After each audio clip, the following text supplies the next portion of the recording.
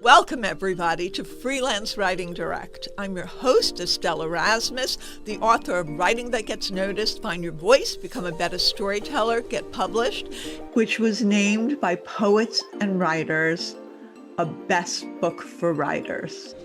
Every week, I speak with novelists, with authors, with writers of every niche to talk about their tips, their tricks, their strategies, and how the sauce is made, including creative advice.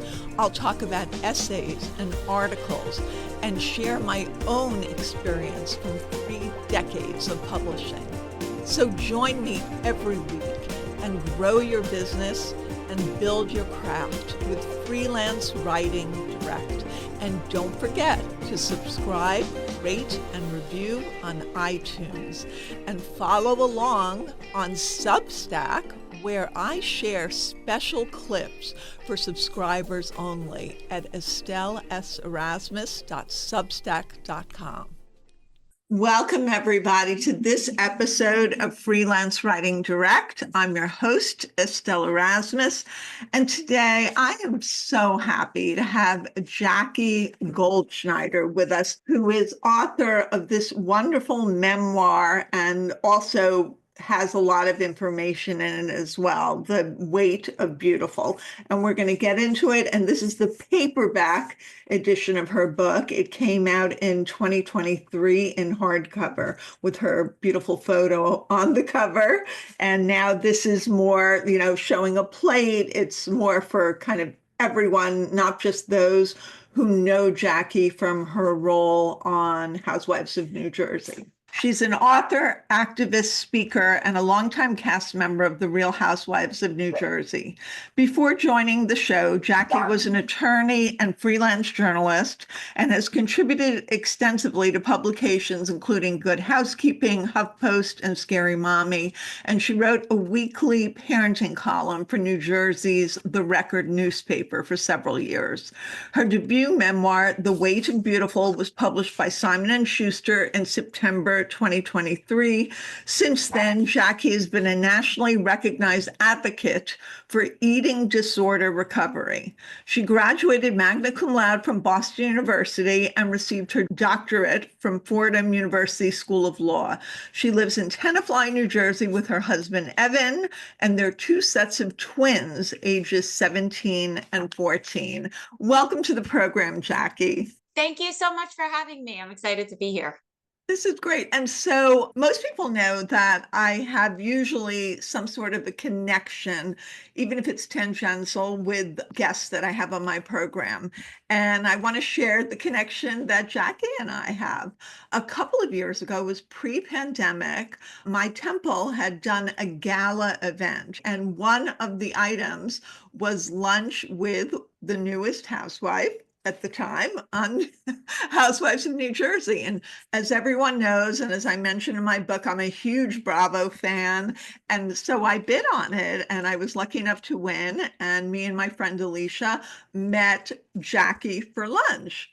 And it was really interesting because we had a great lunch with her. She was very forthcoming, but there was something I noticed, and I'm going to share this with you now, Jackie, particularly because your book has come out. You came in very, very skinny, and I thought, yeah, well, that's TV and all that. And then you ordered, I think it was just the octopus and salad.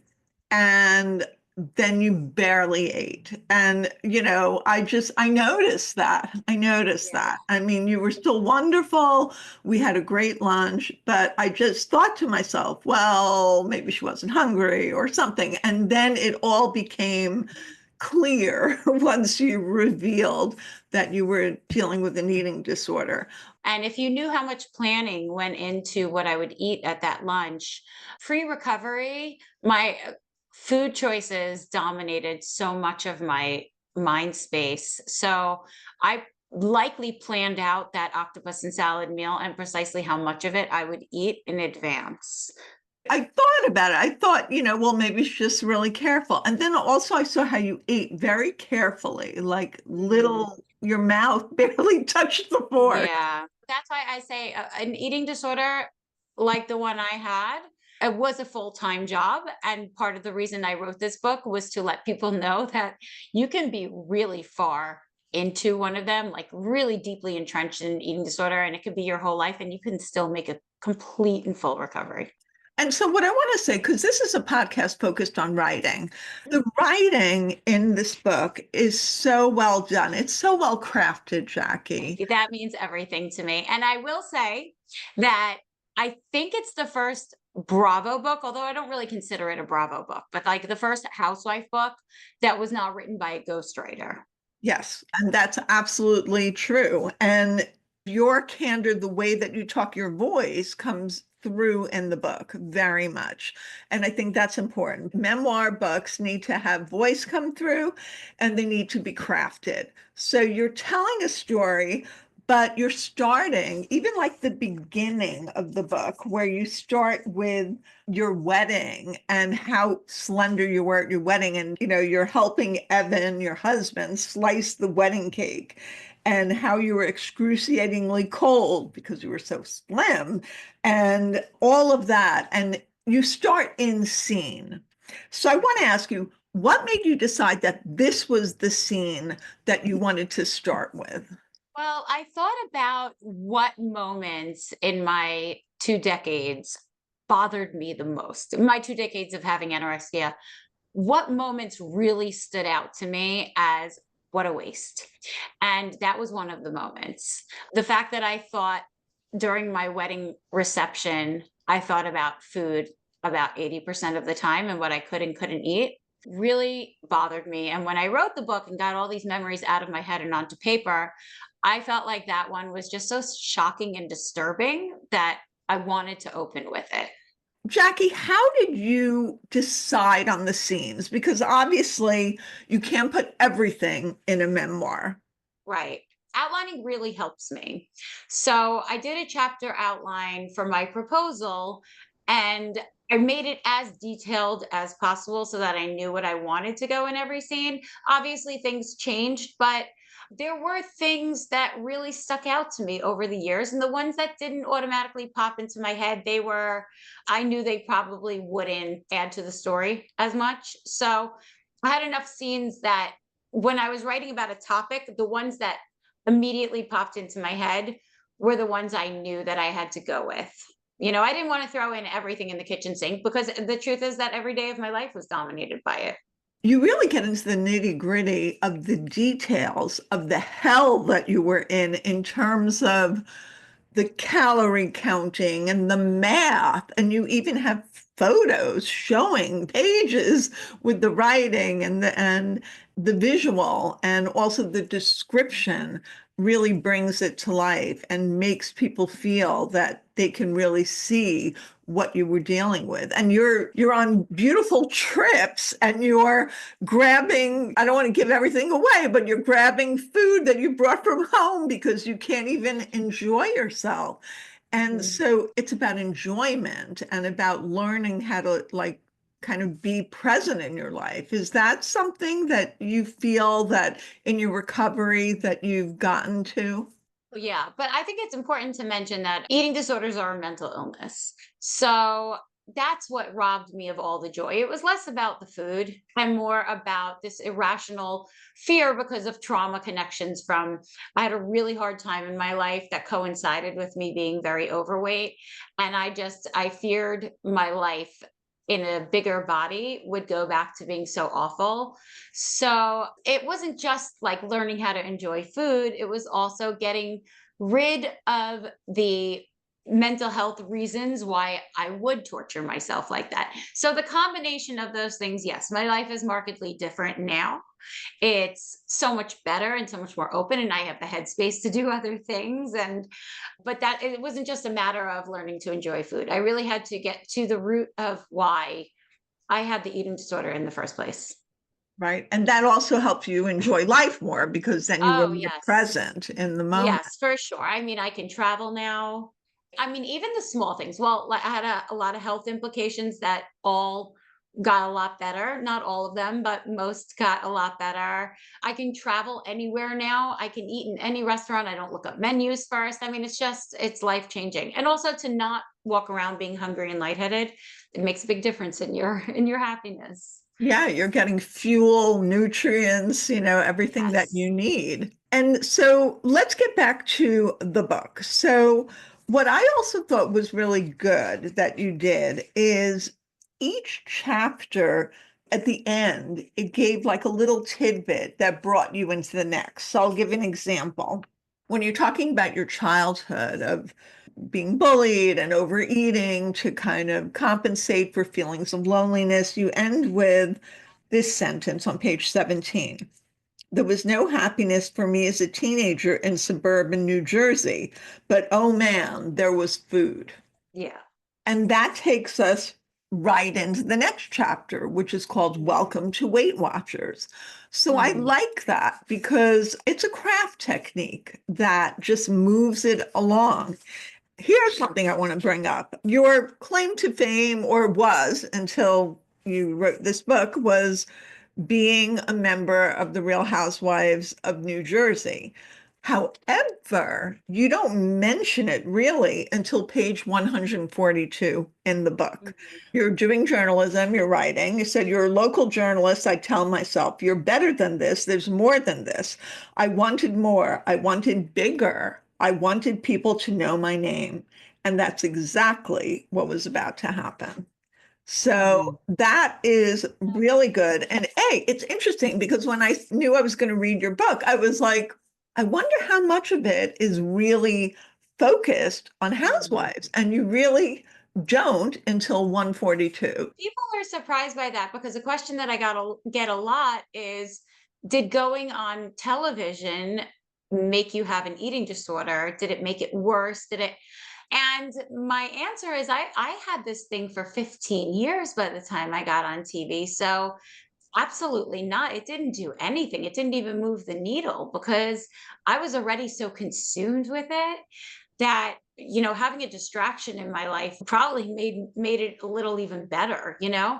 The show, yes, it wasn't being on television that made things worse for me. It was social media kind of like beat me up, and they would comment on my body, which was something I hadn't encountered before. But the truth was that 3/4 of this story happened before I got on television, so I felt like I had to honor that by telling the true story of how it all came about and the generational food trauma. And all of that was much more important to the story Yeah, than the stuff that a Housewives fan might want to read.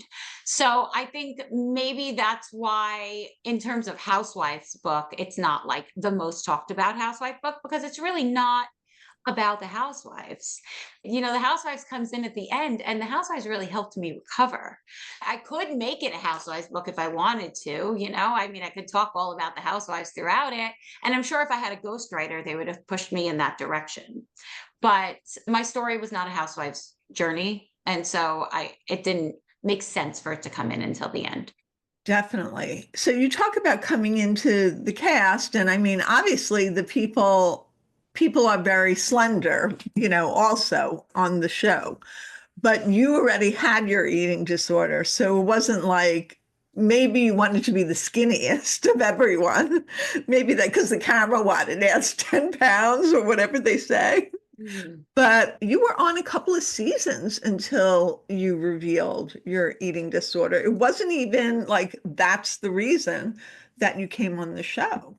Well, the reason I went on the show went hand in hand with why I had the eating disorder in the first place. I was searching for validation and I was searching for admiration. And I felt like if I could live in a really thin body, the kind of body that pre diet drugs that everybody wanted and really few people could have, it would make me stand out. And then when I got the invitation to join the show, it was just a no-brainer. I wanted it so bad and I went after it with a vengeance because again, I felt like it would validate me and make me special and make me feel important. And when you're chasing external validation like that, it never ends up making you feel as important as you need it to.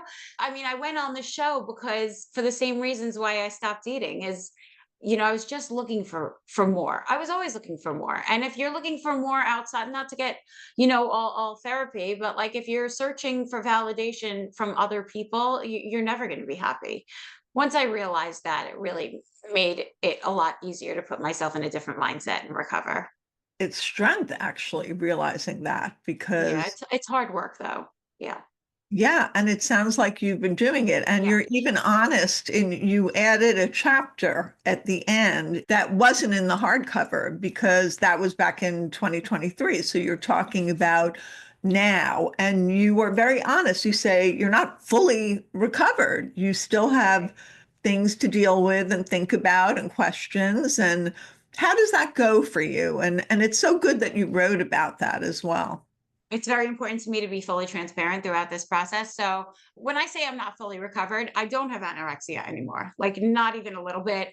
I don't count my calories anymore. I don't track food. I am a lot freer, but I still have fears around gaining weight that are probably greater than the fears that other people have. And, to tell you the truth, you said before that everyone on my cast, everyone in the housewives were all this skinny. My cast was actually not super skinny. Like everyone was beautiful, but they were on the slimmer side of like regular size women, like they were all kind of like, complained about their weight all the time. Now everyone is on diet drugs. More than half my cast is on an Ozempic type drug, and everyone is very thin. And that complicated recovery for me because when I decided to recover, I was looking forward to rejoining a world in which people enjoyed food and did not mind a few extra pounds on their body. So to come back into a world where everyone is so hyper focused on being really thin and nobody really enjoys food anymore was very, very hard for me. And I felt like I had to address that. That's part of the next chapter. But yeah, I have a lot of fears around certain foods that, this stuff doesn't go away overnight. And when you label something bad for 20 years, it's hard to get yourself to eat it consistently or to not be afraid of it. And so little things like, putting on a pair of pants and finding them to be much tighter than they usually are, it still upsets me probably more than the average person, but it doesn't make me go backwards. I never go backwards. I sometimes spend a lot of time standing still though. Well, that's very honest. I mean, but I love that you talk about in the book that, one of the big challenges in the beginning when you were starting to recover was it was a challenge also, I think, through your recovery therapist to have ice cream, to go for Mm, ice cream with your kid. yeah. Hmm. And this was like a huge deal. And you even say that now you do it. You can do it. You could go for ice Yeah. cream with them. Yeah, but you know what? Like in the melding of show world with book world, when I filmed that scene and everybody's takeaway was, "Oh my God, how wonderful. You're recovered now. You ate ice cream with your kids." That scene was very pivotal for me because I was watching my children and I think they were confused. Like, you never ate ice cream before with us. And my older ones were already, like 14 years old or 13 at the time. And they were very confused as to why we were doing it now and what the big deal was and why hadn't you ever done it before? And I almost felt like I was doing them a disservice by not explaining any of this to them. It was all very confusing for me. It was a lot.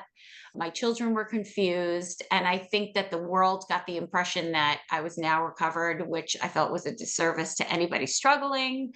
And I just had a lot of thoughts. I thought it was a beautiful scene, but at the same time, I thought it was so wildly incomplete. And that was another thing that I had all these things that bothered me. And then when I decided, what can I do about them? I thought to myself, well, I love writing. I have to write a book about it. Yeah. And writing the book was so therapeutic. I recommend if anybody has something that you want to put in your past, man, writing a book or just even writing, journaling, diary, freelance article, anything, any kind of writing you can do to put it on paper and get it out of your head is so therapeutic. Absolutely. And how long did it take you to write the Oh, book? not long at all. So the proposal took me a little while, but I'm a fast writer. When I'm writing something, right now I'm on my second book. And when I am writing something, I cannot stop thinking about it. I think about it all day, all night. I can't wait to get to my computer. So The proposal took me a little while to perfect. Yeah. And then once I accepted an offer from Simon and Schuster, it was August of 2022. I was completely finished with the book by January of 23, 5 months later. Yeah. Because it came out in September of 2023, right? Did it come out? September of 23, Yeah. yes. Did you write a chapter a week? Did you just sit down and write 10,000 words? Like, how was your process? No, I have 4 kids. I have another job, and I was filming the show. And I made a promise to myself that every day I was going to write 500 words or 1 hour, whichever came first. And no matter what, even if it was stream of consciousness, I was going to get those 500 words out. And some days they were crap, and some days they were amazing, and I couldn't stop, and I would sit there for 4 hours. So I think baby steps gets a lot done. And I had a really good time with it, and it was a really enjoyable experience for me. So I welcomed it. I'm not good. I burn out after like 2, 3 hours. So like I know people who go away and just like spend 4 days like just writing like 20,000 words. That wouldn't work for me. I can't do that. In my head, I need to start fresh every day. I have an interesting story if you don't mind me going aside and I know that your listeners are mostly writers, correct? Yes. I had a bad experience with my first agent, and she was a lovely woman. But I know that a lot of people go through issues where they don't know if the agent is right for them, and they're very, very scared to drop an agent because it's hard to get an agent. And my first agent was so thrilled to finally have an agent because, it's really hard. And she didn't have the same vision as me, which I found out once I finished my proposal. We were on wildly different pages, and she said something, and she's a very successful agent. And she said something to me that sat really wrong with me, and then suggested that I get a ghostwriter. When I got off the phone with her, I said to my husband, I don't know what to do because she doesn't believe in me and she's not the right person for me, but I'm really scared. I'm not going to get someone new. I'm not going to get someone better. And I don't know what to do. And he said, you can't work with her. If she doesn't believe in you, you can't work with her. And I told her that we had to part ways, and she understood. And I think she also kind of agreed. We just weren't on the same page. And I was beside myself. I was so upset.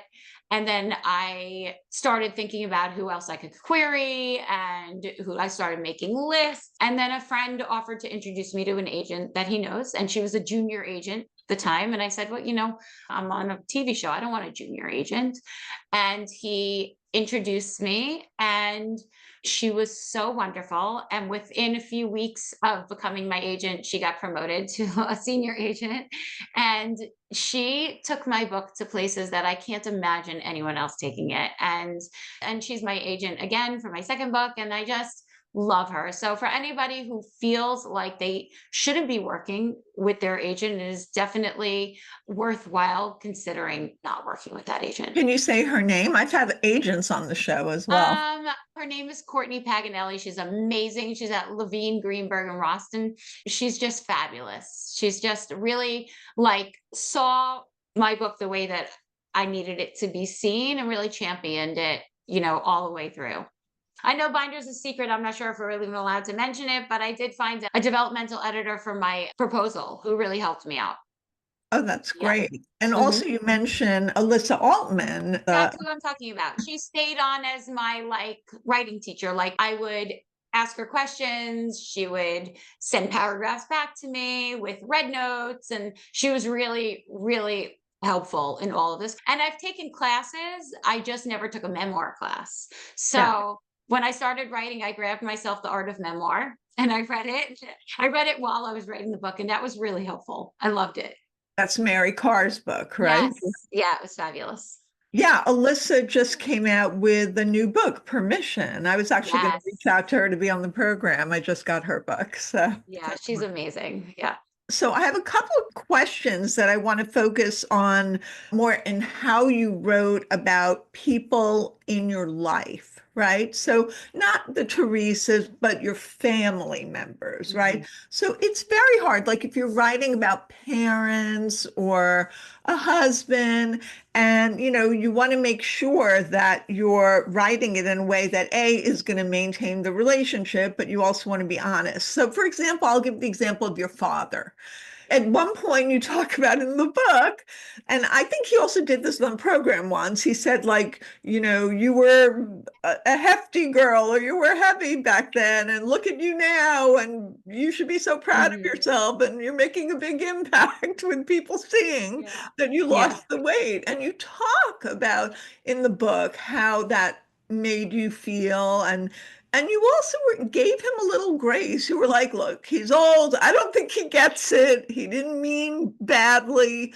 I mean, you even talked about your mom and you having a bit of a fraught relationship contained around like your estranged sister and things like that. So how did you make those decisions to write about him that way? Yeah, very carefully. I mean, look, Estelle, what the last thing that I wanted was to alienate family over this book, which I know that ironically Elisa's book Permission is about writing about people and owning your own story. And I had to tread a line of owning my story and being honest, but also I value those relationships, especially my parents. And I know the truth is they did the best they could. So I did tell the truth. I tried to frame it through how they might have seen it. Also how I saw it, but I also gave them the grace of coming from their viewpoints as well.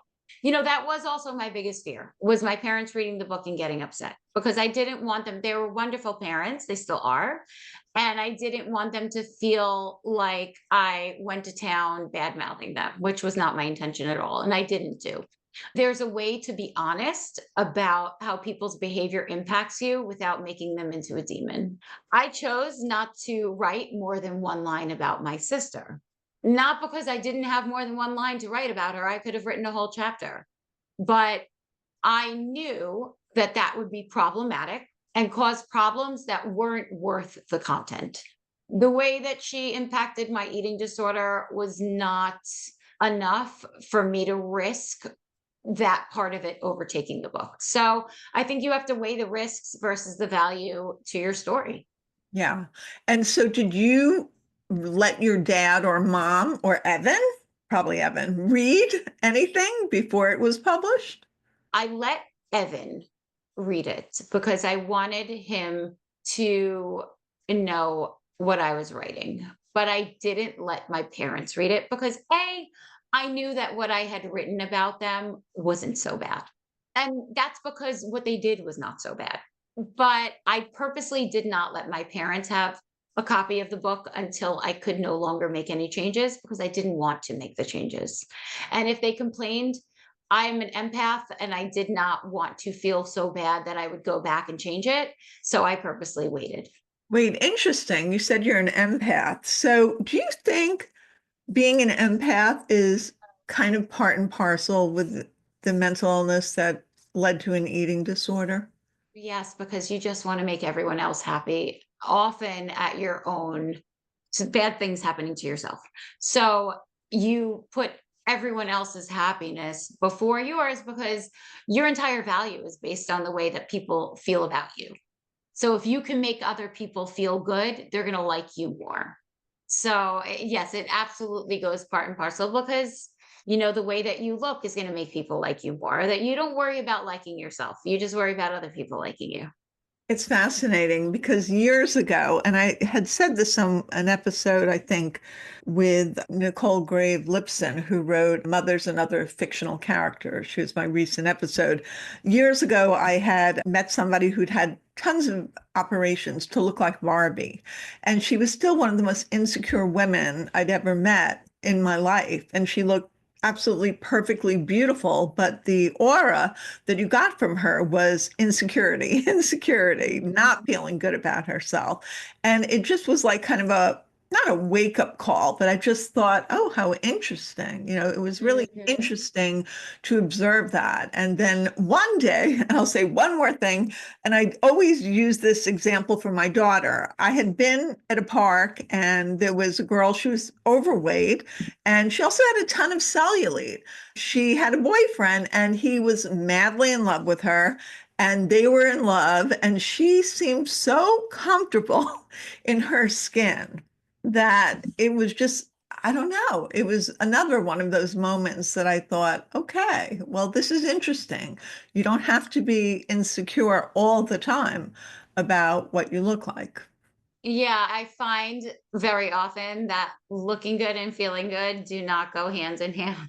I always thought that being thin would make me happy when I was overweight. And then when I got there, I was like, well, I'm still not happy. So, what is it that's going to make me happy? And I did all the work on the outside, but I know a lot of people who just chase beauty and don't work, on anything else. And you're never going to be happy if that's what you're after, I mean, because there's always going to be someone more beautiful.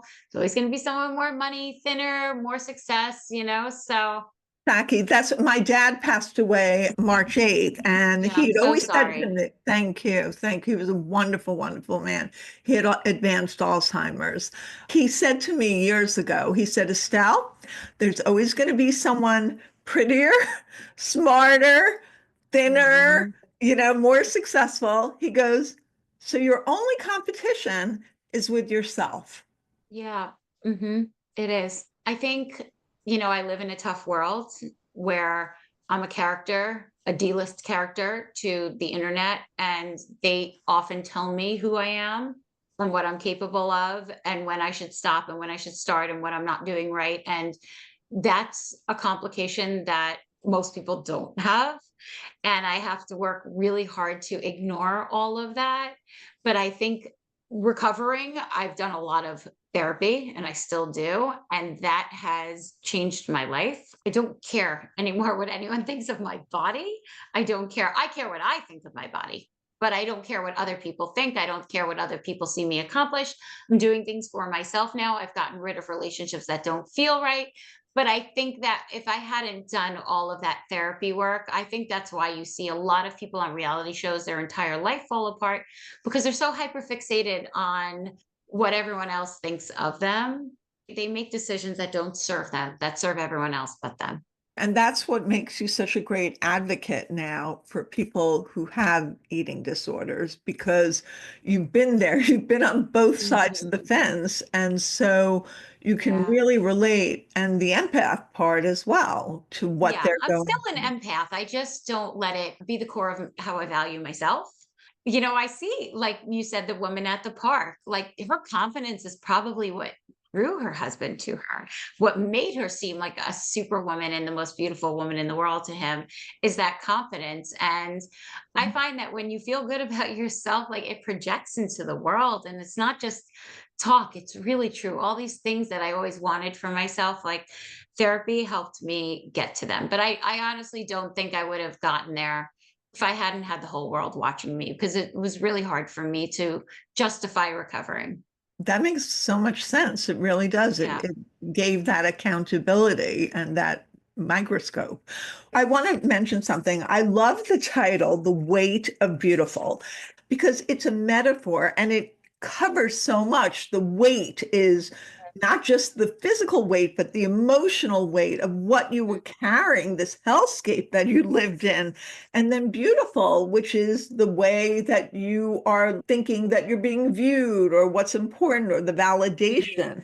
And it's just so great because, titles are good when they're shorter. So this is shorter and it says so much. It's really like, I mean, you have a subhead, My Battle with Anorexia and Journey to Recovery. So how did that evolve, the title? I think that when I started writing the book, I felt like there's just so much pressure to be beautiful.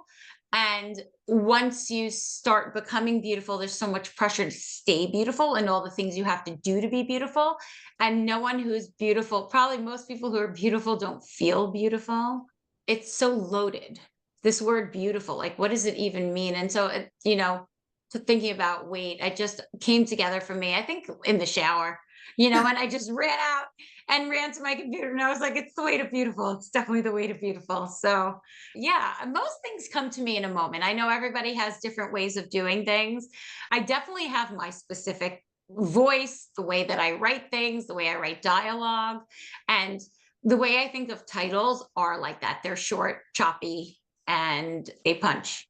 And you mentioned that you're working on another book. Is it another memoir? Is it a novel? Is it No, what? and it's so interesting, Estelle, because when I finished that book, I loved it so much. But then I said, I don't think I have another book in me because I can't write a novel. I don't know how to do that. And then I didn't know what else I would write a memoir about. That would be interesting. And the last thing I want to do is write a book that's not interesting. And then I was thinking and thinking. And so here's something for your writing students. So I said, I'm going to write a screenplay because I've always wanted to write a screenplay and I have a little idea in my head. And I took a screenplay course. And during the course of the screenplay course, you develop your screenplay. And I got a lot of feedback from the teacher. And I said, this is such a great idea. And I told my agent, I said, do you represent screenplays? And she said, we do, but I just have to warn you that an original screenplay is really, really hard to sell. Why don't you write it as a novel? And I said, because I don't want to write a novel. I want to write a movie. And she said, yeah, but if it's great, we'll turn it into a movie, right? Let's write it as a novel. It'll be easier to sell. And then I thought about it for about half a day and I said, of course, this should be a novel. Like I'm so much better at writing. The problem with a screenplay is you could write someone's feelings, but you really can't. You could write their dialogue to give insight into their feelings, but you can't tell the audience what they're feeling. And that's my strong suit. I tried it out and started writing chapter 1, and then I was hooked. So yes, I'm writing a novel. It's the same idea I had for the screenplay, but it's coming together so wonderfully as a novel because I can put all of that emotion into it. Yes, so you can do the reflection part, which you really Yes. can't have in a screenplay. It's like the Even the action. directing, even the directing, like I can't tell you what every motion that my character should make in a screenplay. That's up to the director, right? But on paper, it's all mine. Everything is mine. Exciting. And how far along are you with the novel? Not that far along. I just made that decision about a month ago. So I am at the end of chapter 2. Learning about screenplay writing is helpful because it's all about scenes for the movie. So if you Yes. learned more information about how to make your scenes more vivid and compelling, that when these development companies are looking at Oh, yeah. novels, they'll see it. It really helped. And the interesting thing is, the day I made the decision, I ran to Barnes and Noble. I got myself this book called About the Cat, Something the Cat Writes the Oh, Novel. Save the Oh, yes, Cat it's called Writes a Save the Cat Novel. Writes a Yeah. Novel. And the ideas were all the same. I read like 3/4 of the book in like a sitting. Yeah. And the ideas from the screenplay course to the novel course were really a lot the same. So it was as though I had taken a course on fiction writing. I think there's so much value in learning, but I think at a certain point you have to put down all the books and all the course manuals and everything and just start writing. And so that's what I forced myself to do after I read the book. But yeah, the ideas were really similar. I love that. And I agree. It's like you take all the information in and then you have to at some point write. Yeah, no, I know people who just take classes for 10 years, which is great for you. I mean, because you're a great instructor, but at some point you have to start Yeah. writing.